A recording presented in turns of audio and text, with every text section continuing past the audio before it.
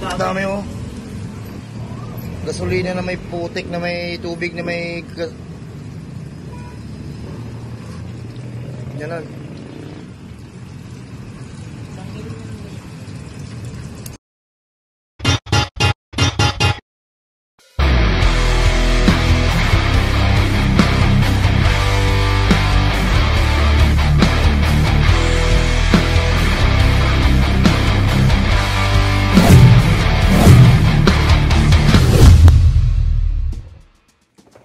Lakas pa ng ulan eh. Okay. So, what is the mga ka-hardcore? We are back and as you can see, meron tayo ditong Lectron. So, 41mm yung Lectron natin na yan. Yan o. Laki, di ba? Laki. Ito ang gagamitin natin dun sa ating project na nakay Gawang Alak. Gawang Alak! Boss Gilbert! So, dadalhin natin ito maya-maya kay Doc Gilbert Almares kasi nandun yung unit natin and ito yung gagamitin natin. Kasi dito sa Gawang Alak, gumagawa sila ng mga pang daily racing, daily kalang. So, konting review lang para dito sa ating na-receive. Itong likod niya papunta sa manifold is 41mm. Dito sa parte na to is hindi ko alam kung bakit ganon. Medyo makitid to, 38 tapos ito ay 41. Hindi ko alam kung bakit ganon, pero kapag binuksan mo siya sa parte na to, buksan natin. Yan. Pag binuksan mo siya, straight lang naman. Hindi ko alam kung bakit ganyan yung pagka-venturi niya. Ayan o, straight lang. Napakalinis. Legit na Lectron. Yan. Nung iniregister natin ito sa website niya, hihingan kayo kung ano ang specifications ng inyong motor. Hihingan kayo niyan mismo kung anong specifications ng motor nyo, tapos anong pinaka-load niya, anong bore, anong stroke, at kung saan kayo nakatira. Example, halimbawa ito yung Globo. Nakatira kayo sa bandang norte. Meron siyang ibang sukat ng jettings, ibang sukat ng ibang sukat ng kanyang pagkaka-pre-tuned. Merong norte ng mundo at saka south ng mundo. Yan. Hindi ko masyadong explain sa inyo, pero siguro sa mga susunod na kabanata ng ating pagbablog, explain ko sa inyong mabuti kung paano ba gumagana yon. So, kakabit natin to. Dadalhin natin ito ngayon kay Doc Gilbert, kay Gawang Alak. And ito yung ating gagamiting pinaka-karburador, fueling system. Kasi last time, ikinabit natin yung ating FCR na karburador, na-overflow siya. Tintik ang dumi, kaya palid na rin to. Hindi naman pagtanggal yung mga jet, mga pilot jet.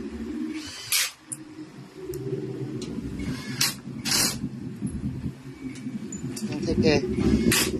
Kinain ng umido.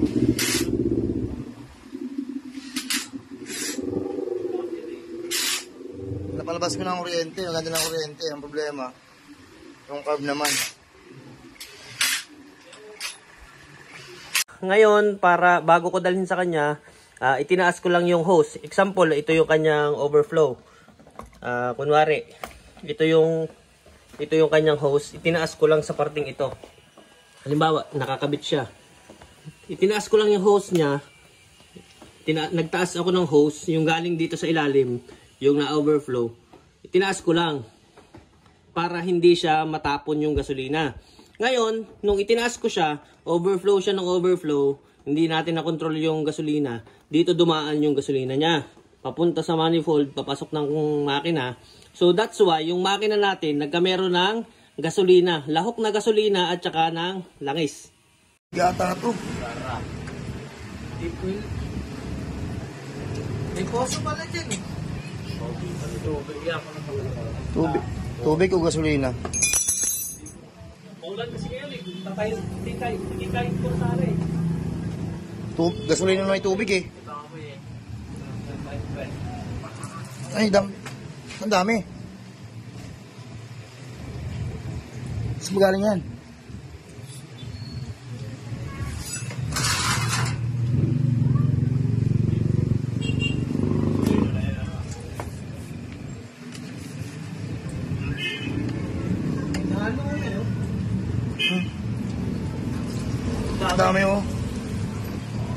gasolina na may putik, na may tubig, na may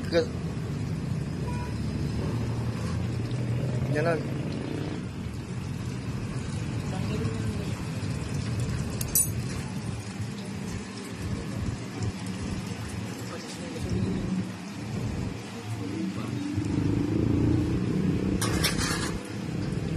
Dapat lakis laman yan, di ba? Kaya pala tutuyo eh. May halong gasolina yung langis mo.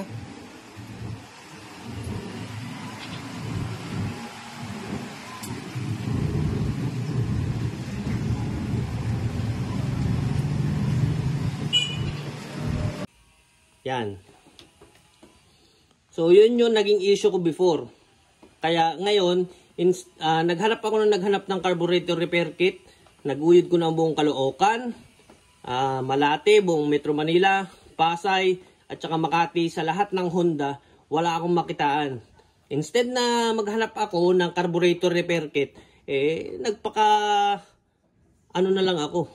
Hinanap ko na lang itong Lectron. Medyo pricey. Alam nyo naman, ito na yung isa sa pinakamahal na karburador na ginagamit ngayon para sa mga carburetor type. Pero syempre, kung gusto mo ng performance, ito na yung ikabit mo. 'Di ba? Medyo matakaw lang kasi kung maghahanap nga naman kayo ng performance, wag na kayong umasa na mayroong performance yung tipid racing. Laging dun kayo sa patakaw. Yan o, Lectron. Parang FI na rin tayo. And, isa pa na naging problema natin before is ito. Ito yung ating stator. Gaya nung kay Stoker dati, ito rin yung naging problema niya. Wala masyadong kuryente, kaya pala hindi siya tumuloy ang kuryente, napuputol-putol. Kasi sunog na rin yung stator natin. Boss, sunog stator mo. May na-kuryente. Mapapandar ko to, battery operated.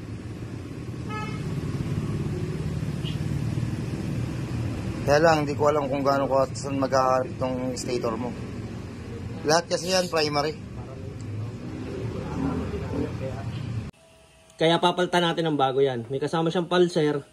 Yan. Ganyan lang ka-cute. Liit, di ba? 1, 2, 3, 4, 5, 6, 7, 8. Tapos isang pulser. Yan. Pangalawa is, syempre, nabuksan na natin yung stator side natin. Bumili na rin ako ng gasket para sa kanya.